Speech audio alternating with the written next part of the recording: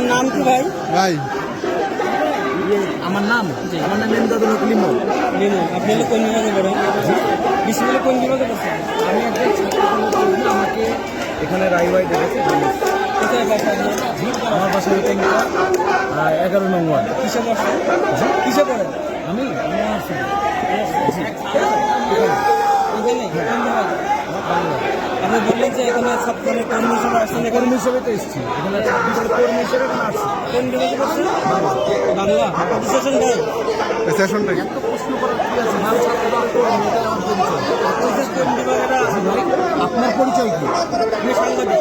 আপনি সাংবাদিক এখানকার? জি, ঠিক আছে। আমি ছাত্রদলের কর্মী, এই জন্য এসেছি। কর্মী বিশ্ববিদ্যালয় কিনা এটা বিশ্ববিদ্যালয়